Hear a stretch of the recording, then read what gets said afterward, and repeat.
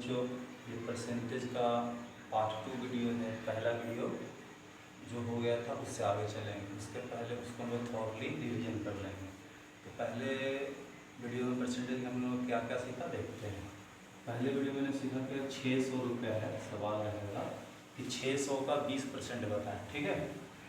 What will be 20% of 600। 600 का 20% क्या होगा, तो हम लोग उसको फॉर्मूला बेस पे नहीं निकालेंगे, जैसे समझे थे वैसे निकालेंगे। क्या है सवाल, 600 का 20% निकालें। ऐसा बुक में सवाल दिया हुआ रहता है, चाहे गांव घर में लोग पूछते हैं कि बताओ 600 का 20% क्या होगा बच्चों। तो आदमी उसमें जो तुरंत बताना चाहिए, कैसे बताएंगे तुरंत। देखो 600 का 20% बताना है, ठीक है। तो हमको पहले समझो 600 का 20%, जो पिछले बार में समझाए भी परसेंट में प्रत्येक 100 में से 20 रुपया निकालना, ठीक है। 600 का 20% हमको निकालना है, मान लो, ठीक है। तो 600 का 20% निकालना, तो सोचो 100 रुपये में कितना हो जाए निकले, हर एक 100 में निकालो। 600 का अगर 20% निकालना है तो 600 जो है 100 100 100 6 तो 100 से मिलकर बना है। तो प्रतिशत तो हर एक 100 की बात करता है, परसेंटेज की हर एक 100 में से। तो 600 का 20% निकालने के लिए हम हर एक 100 में से 20 निकालो। 600 100 दूसरा 100 ऐसे मिलकर बना होगा।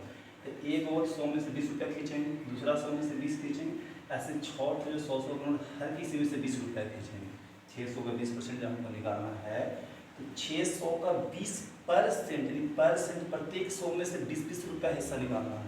तो 600 में से जो 100 का नोट है, हर एक में से 20-20 रुपया निकालो। तो 20-20 निकालो तो 6 बार कितना हो जाएगा, 120। तो 600 का 20% कितना हो जाएगा, 120। समझे कैसे, 600 का 20% हमको निकालना है।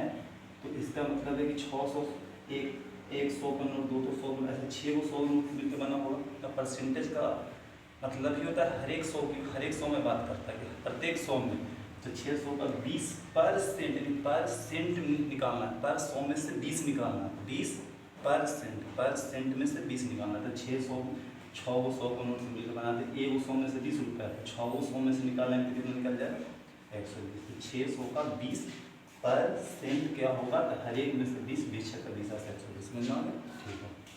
वैसे अगर 300 का 20% निकालना है, 300 का 20% निकालना है। तो 300 का 20% निकालना अगर हमको है, 300 का अगर हमको 20% निकालना है, तो हम सोचेंगे 300 तो जरूर है, लेकिन 100 को नेट मिलकर 3 ठो बना होगा। तो 20% तो वही होता है कि 300 में से हर एक 100 में से 20 रुपया निकालो, वही होता है, ठीक है। 300 का 20% निकालना वही होता है कि हर एक जो इसका 100 है ना, 300 100 से मिल करके हर एक 100 में से 20 रुपया निकालना है। तो एक 100 में से 20, दूसरा में से 20 एंड तीसरा में से 20, तो कितना निकल जाएगा, 20 के साथ। 300 का 20% यानी हर एक परसेंट में से, सवाल है 300 का 20% निकालना है। परसेंट जो पर 100 है उसमें से 20 निकालना है। तो 300 कितना 100 मिलकर बना 3 ठो।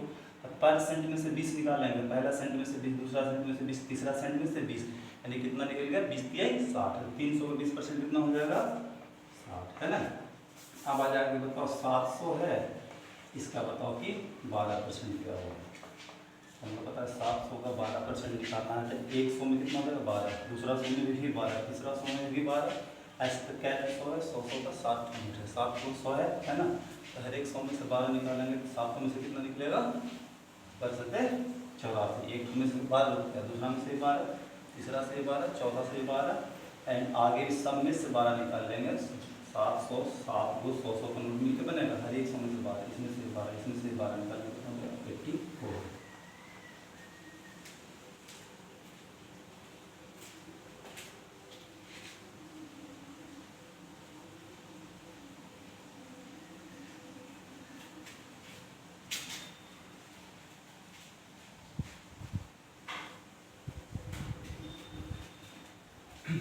देखिए 700 का 12% निकालना है, तो हर एक 100 में से 12, तो 700 में से निकाल लेंगे 12, कितना हो जाएगा, 84।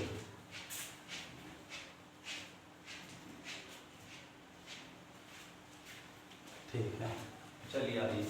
अगर हमको निकालना है 900 का हमको 8% निकालना है। तो 900 का 8% को पूछ दिया, बताओ बच्चा 900 का 8% क्या होता है। हमको सोचना ही ना कि 900 को 8% यानी हर एक 100 में 8 रुपये हमको निकालना है। 900 का 8% वही चीज़ है कि हमको हर एक 100 में से 900 जरूर है, लेकिन हर एक 100 में से 8 रुपये का हिस्सा, तो 9 को 100 में तो 9 तो 100 है, तो हर एक 100 में से 8 रुपये हिस्सा निकालेंगे। तो वैसे कितना नोट है, 100 का 9 से हर एक से 8 रुपये निकालेंगे तो कितना रुपये निकले, 8 रुपया, फिर 8 रुपया, तीसरा में 8 रुपया, चौथा 100 में से 8 रुपया, 9 100 में से 8 रुपये हिस्सा निकालेंगे यहाँ से वहाँ तक। तो 8 का जोड़ के निकालोगे तो 8 9 72 हो जाएगा। आंसर क्या हो जाएगा, 72। पिछले क्लास में ये समझा सकते। अब फिर आ जाएगा, बताओ कि 1200 बताओ कि 200 है, इसका 24% बताओ क्या हो। तो पूछेगा बताओ 200 का 24% क्या है, एकदम सिंपल निकाल देंगे। 200 का 24%, एक 100 में 24 रुपया हिस्सा और दूसरा 100 में भी 24 रुपया हिस्सा, तो कितना हो जाएगा, 48। मतलब परसेंटेज का मतलब क्या हुआ कि हर एक 100 का हिस्सा की बात करता है। तो वही सवाल पूछता है, 200 का 24% निकालें, 200 का 24% निकालें, मतलब परसेंट में 24 रुपया का हिस्सा है। 200 में कितना होगा, तो एक 100 में 24 है, तो दूसरा 100 में भी 24, 48 रुपया होगा। इस चैप्टर को पिछला वाला पढ़ा चुके, समझेंगे, ठीक है। आप फिर क्वेश्चन एक आता है परसेंटेज में बच्चों की, बताइए 800% है, ठीक है, इसको नंबर में बदलना है।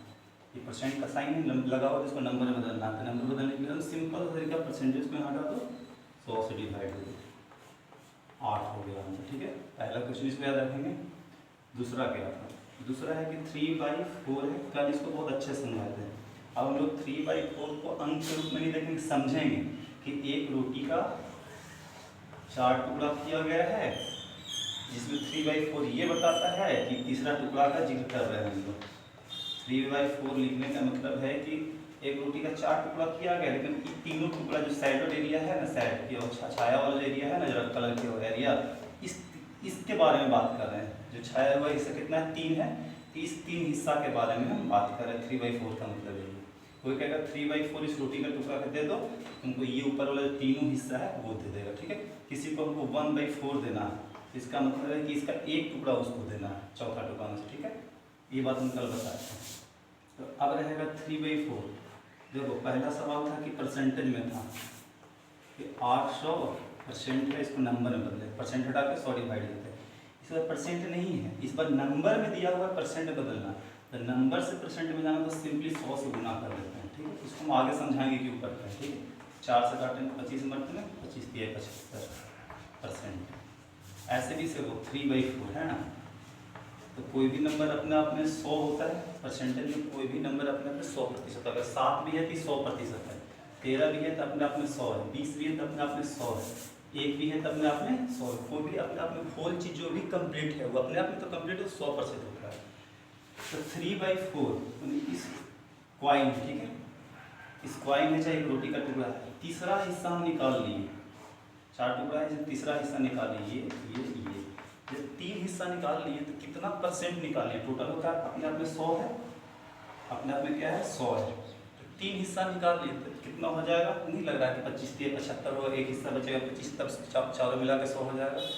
तो 3 हिस्सा टोटल है 100, इसको 4 टुकड़ा में अगर हम बांट दें तो कितना हो जाएगा 25 25 25 एंड 25, तब ना मिला के 100 होगा। 4 टुकड़ा करेंगे तो इसमें 3 हिस्सा निकालना है हमको, इसको 4 टुकड़ा करके 4 टुकड़ा करना था 100 को, पूरा है 100। एक रोटी मान लिया अपने आपने, परसेंटेज में 100 होता है नहीं, इसलिए 100 कर मान लीजिए इसको, कहते हैं आपने पूरा 100 है, 4 टुकड़ा करके 25 100। और 3/4 यानी कि देखो 3/4 का मतलब कि मम्मी बच्चा को तीसरा हिस्सा दे देगी, ठीक है। तो 3 हिस्सा दे देगी, एक हिस्सा ही, एक हिस्सा ही, एक हिस्सा ही, कितना 25 दिया 75।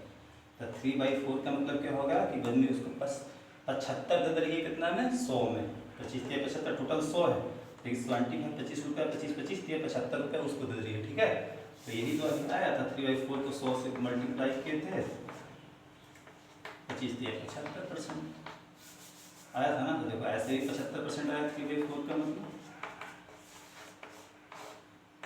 ये हिस्सा ये हिस्सा ये हिस्सा, यानी 75% आया था सॉल्व करके। ये इसका मतलब यही हो कि 75% हम बच्चा को दे दिए, बच्चा को मम्मी दे दी कि लो 75%, 3/4 लो, 3/4 लो ये कहें या कहें कि लो तुम 100 में से 75 तुमको दे दिए। अब कितना रुपया बचेगा, 25 रुपया बचेगा। वैसे निकालो चाहे ऐसे समझो, ऐसे मतलब समझते हैं, ऐसे रटते हैं। अब रहेगा 1/2, 1/2 यानी कि एक रोटी का 2 टुकड़ा किए, एक हिस्सा बच्चा को दे दिए, यानी आधा दे दिए। 1/2 ने 2 टुकड़ा किए, एक हिस्सा दे दिए ऊपर वाला, ठीक है, ये हिस्सा दे दिए, तो आधा दे दिए, ठीक है। मैथ के भाषा में 1/2। परसेंटेज के भाषा में कोई चीज़ 100 होता है तो आधा दे दीजिए, कितना देती है 50 देती है, 100 का आधा 50, देखो 50% आ जाना चाहिए।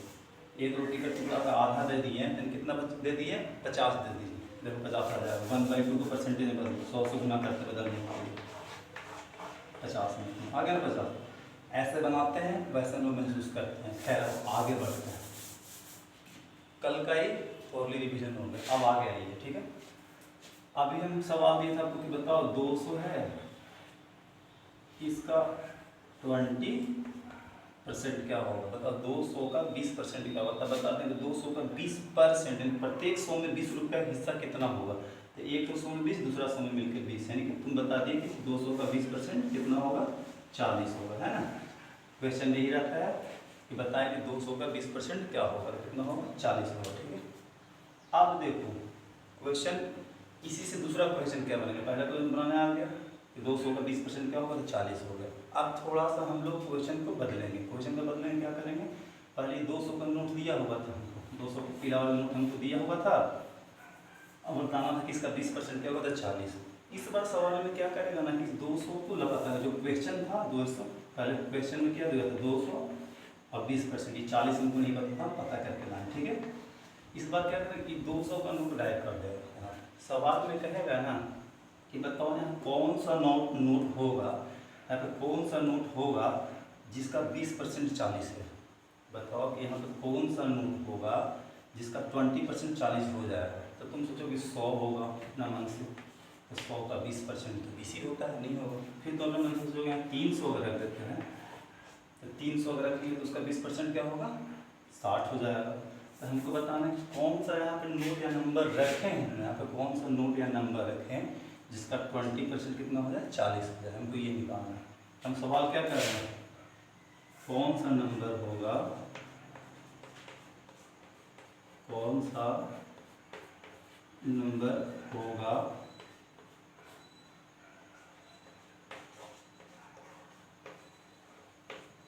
जिसका 20%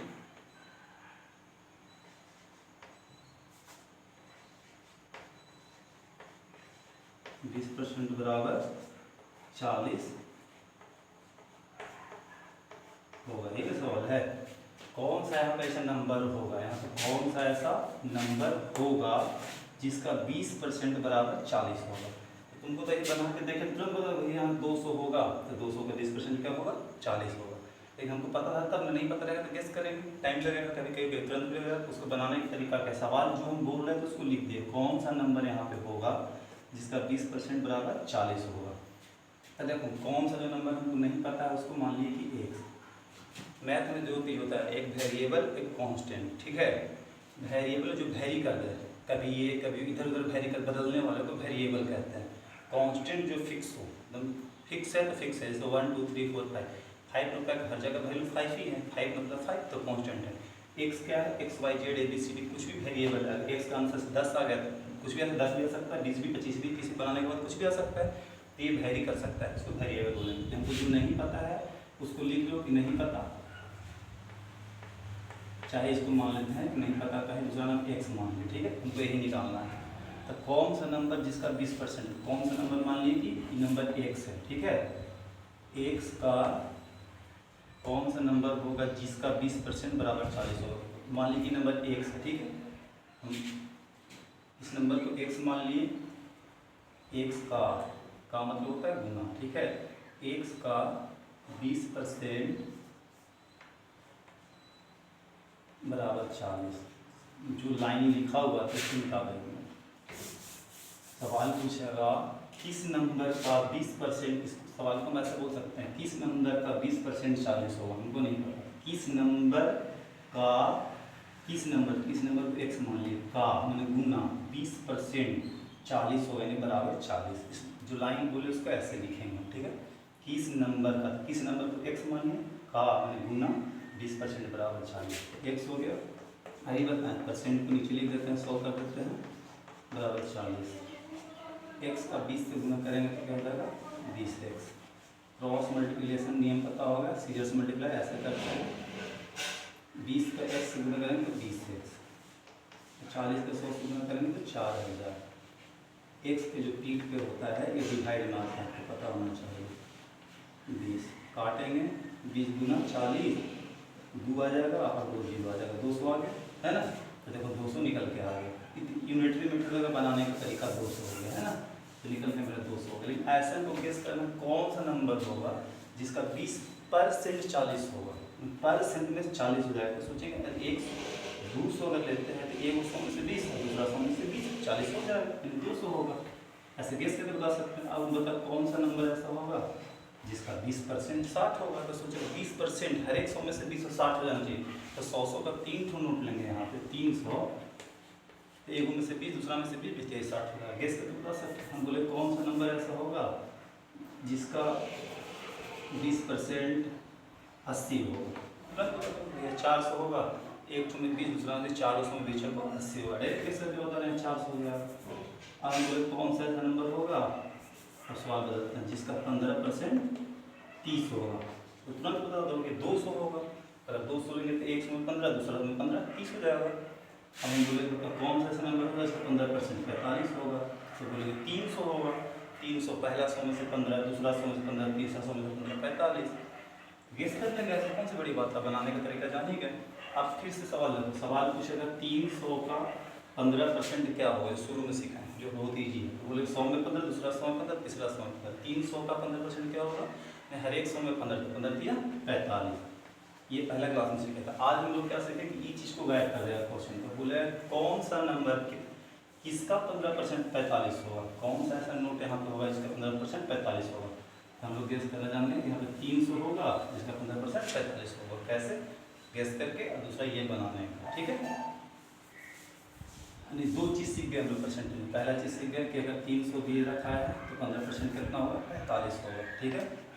क्वेश्चन ये था, आंसर ये है। अगर क्वेश्चन गाइड कर दे, आंसर दे दे, आंसर से पूछे 45 कितना का 15% है, तो यहाँ पर निकाल देंगे 300 का नोट। 2 क्वेश्चन में परसेंटेज में सीख गए। एक क्वेश्चन और बाकी, अगर उसको अगले क्लास में सीखेंगे, वो सीख गया तो समझिए पूरा परसेंटेज चैप्टर कंप्लीट हो गया। उससे ज़्यादा कुछ नहीं है परसेंटेज में, ठीक है। तो चलिए बाय।